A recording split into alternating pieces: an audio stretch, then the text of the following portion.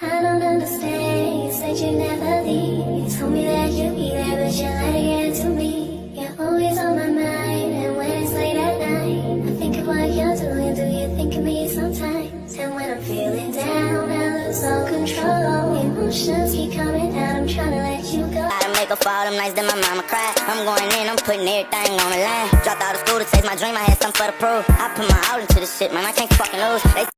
Every day your kids are with your dad? No, ma'am. When you were working at that club, how much money were you bringing home monthly? Between $7,000 to $8,000 a month. All right. Okay. And that's all tips? Yes. Okay. All right. So what I am going to do is base your child support on that $7,000 a month. So that would bring your yearly salary to $84,000 a year. Yeah, you can shake your head all you want to, but that's exactly what I'm going to do, ma'am. This is extremely disappointing that you leave your kids every day with your dad and you're not giving him any type of financial support. What are these kids on, they receive any type of government assistance or anything? She gets food stamps every month. Oh, and I no, don't see ma'am. any. You get food stamps? Where are the food stamps going? In my house. Who lives in your house besides you that need the food? Because your kid's over here with your dad. You don't give him any money from those food stamps? No. You know what?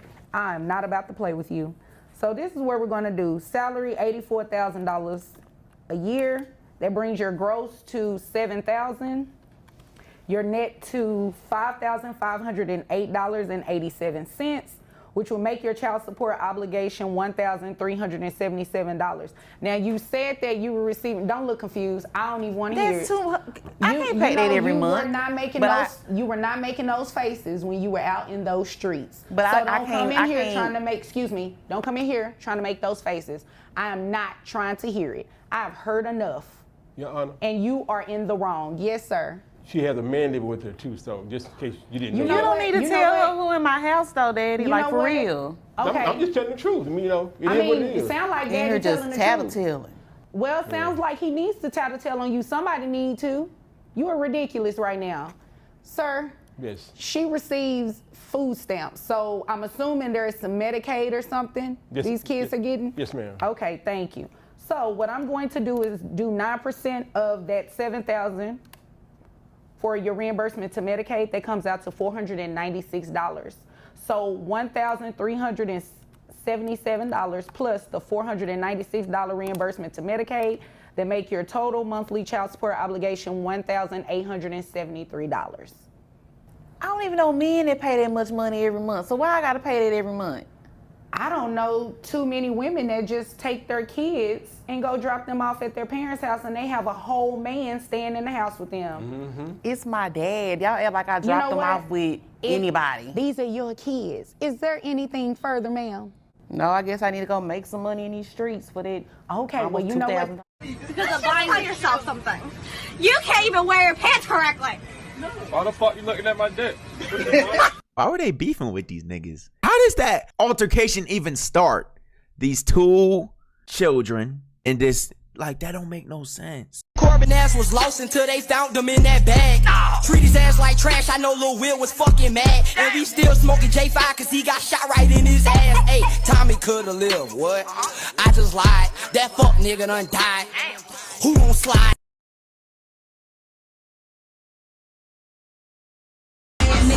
If your wet since you a baddie. Step on the scene with these diamonds looking classy. I'm with them hitters try to get with me, they gon' blast it. I go to bar and start to weaving like my daddy. Bitch, you know I'm saying all this shit it be a passion. This money got me sagging like I steady in that ratchet. Try to let it hit, how those bouncing like it's basketball. I be with the shit, you know I'ma show 'em what it's about. We gon' bring them cutters out, don't them step on all of y'all. I'm a buddy of mine. Play football together. Says, hey buddy, I want you to come to a cookout. Hell, you ain't got to hit me in the face with a wet mop. I like cookouts. So I show up to the cookout. Alright. As I step out of my pick-em-up truck, I realize that the only three white things at this cookout is the salt shaker, the napkins, and me. Alright. As I'm walking up, I am being greeted by his grandma and grandpa, and his great grandma and grandpa, and his 47 cousins. All right, which there's no way for me to remember all these people's names. Anyway, there's a long table where the food everybody's eating at. Okay, they bring me over and set me down at the head of the table. I'm already really uncomfortable at this point because I don't know what's about to happen. Well, they say the blessing, and I get up to go fix my food. Well, I was not aware that at a black cookout, you do not fix your own plate. They fix your plate for you. Now, they bring me a whopping Dixie plate that some bitch is rounded off like this with barbecue, okay? And I'm gonna eat it. Don't get me wrong, I don't waste food, I'm gonna eat it. So as I'm sitting there munching away, you know, just kind of getting my bearings about where I'm at, these two ladies walk up to me, two of his aunties, with two different potato salads. All right. They say, we want to get your opinion on which one of these is better. Now, apparently just because I'm white, I'm supposed to know the different calibers of mayonnaise. Well, I ain't finna piss nobody off at this cookout, okay? So I ate both of them, and I told them that they were just so damn good, both of them, I couldn't pick one. Now, at this current time, I am almost in a food coma because I've ate so much because I didn't want to disrespect nobody's cooking there. And then his great-grandmama, Mama T, that's what they call her, she comes up to me with what looks like a 5-pound piece of cherry pie.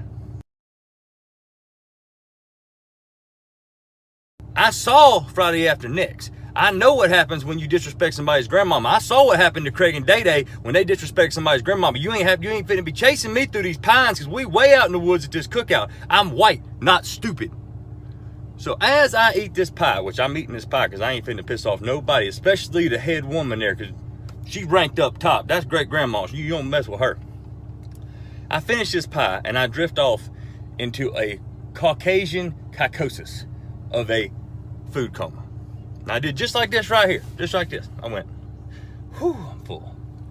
As soon as I lifted my head back up, the table I'm sitting at is no more food on this table. I don't know how long I was out for, but somehow I'm still in the same chair. I have been dealt into a high-stakes spades game at an all-black cookout besides me. What the fuck is going on? How did I get here? At what point in my life did I take this turn to take me to where I'm at?